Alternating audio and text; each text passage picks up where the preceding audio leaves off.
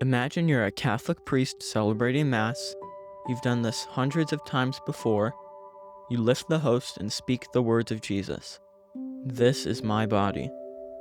And suddenly, the bread in your hands becomes visible human flesh. The wine in the chalice becomes blood. The congregation gasps. Your hands begin to tremble. You can barely believe what you're seeing. But here's the part most people don't know. This miracle didn't happen to a saint famous for heroic faith. It happened to a priest struggling with doubt. And more than 1,200 years later, scientists would examine that flesh and blood and make discoveries that continue to astonish the world. What really happened in a small Italian town called Lanciano? And what does it mean for us today? Let's find out. Welcome to Eucharistic Miracles from Every Day Can Be a Sunday. This is where we dig into the real documented moments when heaven seemed to break into the ordinary, the kind of stories that even skeptics have struggled to explain. And Lanciano might be the most studied of them all.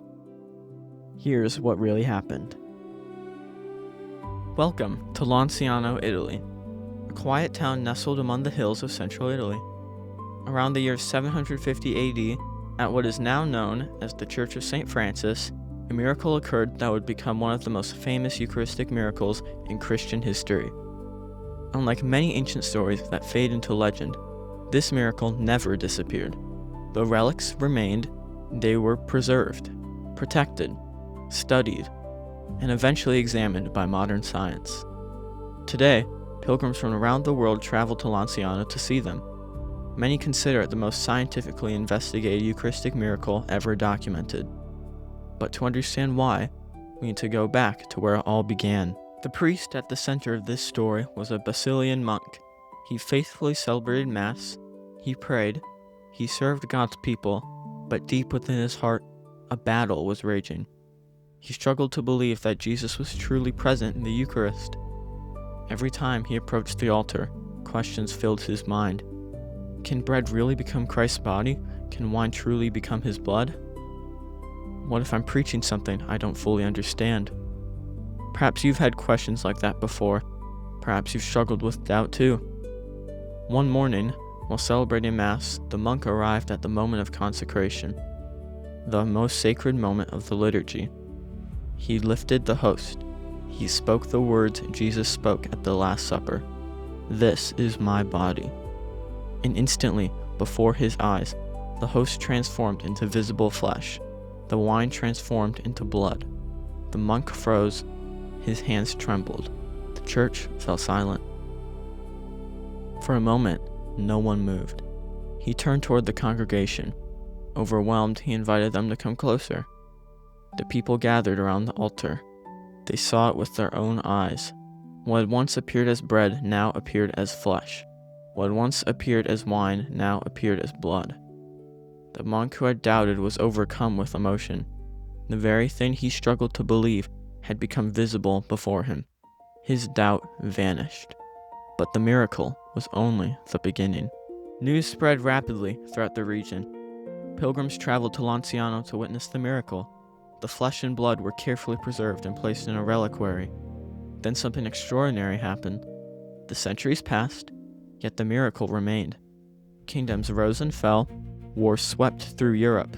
The Renaissance came and went. Empires disappeared. The modern world emerged, yet the relics endured. Generation after generation guarded them carefully, and all the while a mystery remained.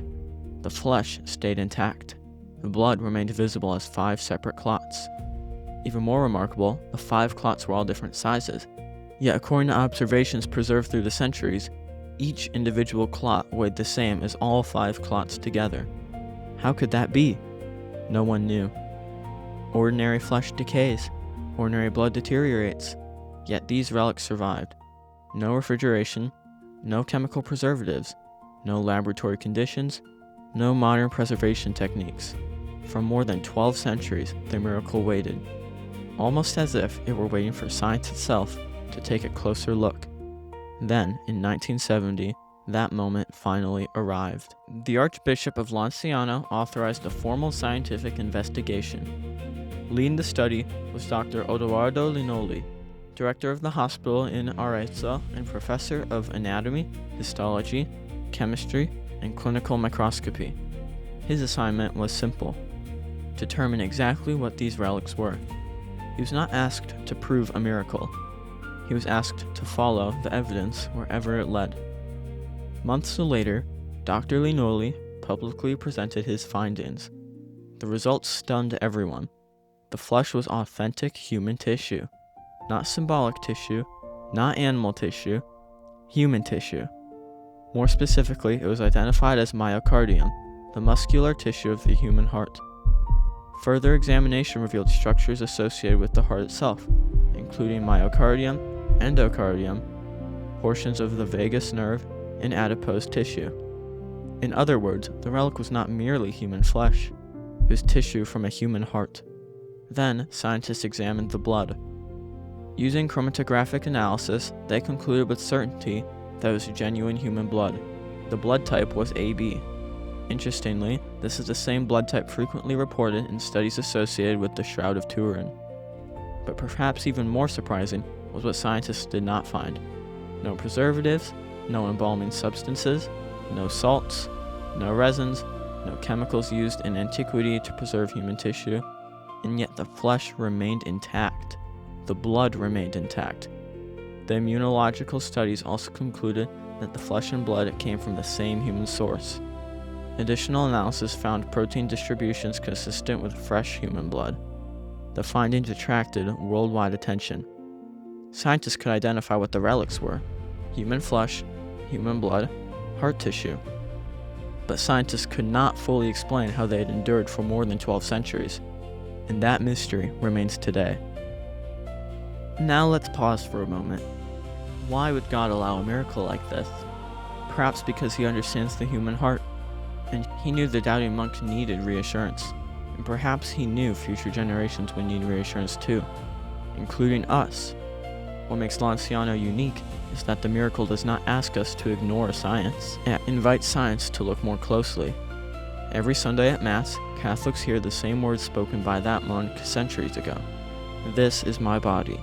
This is my blood. The miracle of Lanciano invites us to take those words seriously, not merely as symbols, not merely as reminders, but as a living reality. That's why St. Carlo Acutis became so passionate about Eucharistic miracles.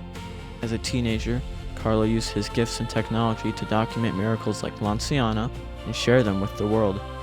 He believed these miracles were signposts, not destinations, signs pointing us back to Jesus and the Eucharist. But the miracle itself is not the destination. Jesus is. Lanciano doesn't ask us to focus on flesh and blood. It asks us to focus on the one who said, "I am the living bread that came down from heaven." More than 12 centuries have passed since a doubting monk stood before the altar in Lanciano. Yet, the miracle continues to inspire pilgrims, scientists, believers, and seekers from around the world. A priest struggling with doubt, a host transformed into flesh, blood preserved through the centuries, and scientific findings that continue to challenge easy explanations. But Lanciano is only one chapter in a much larger story, because throughout history, God has allowed other Eucharistic miracles that have strengthened faith and inspired countless people. In our next episode, we'll explore the Eucharistic miracle that helped inspire one of the greatest feasts in the Catholic Church, Corpus Christi. So be sure to subscribe and join us on this journey. And remember the words of St. Carlo Acutis, "The Eucharist is my highway to heaven." May it become ours as well, and when we live the good news daily, every day can be a Sunday.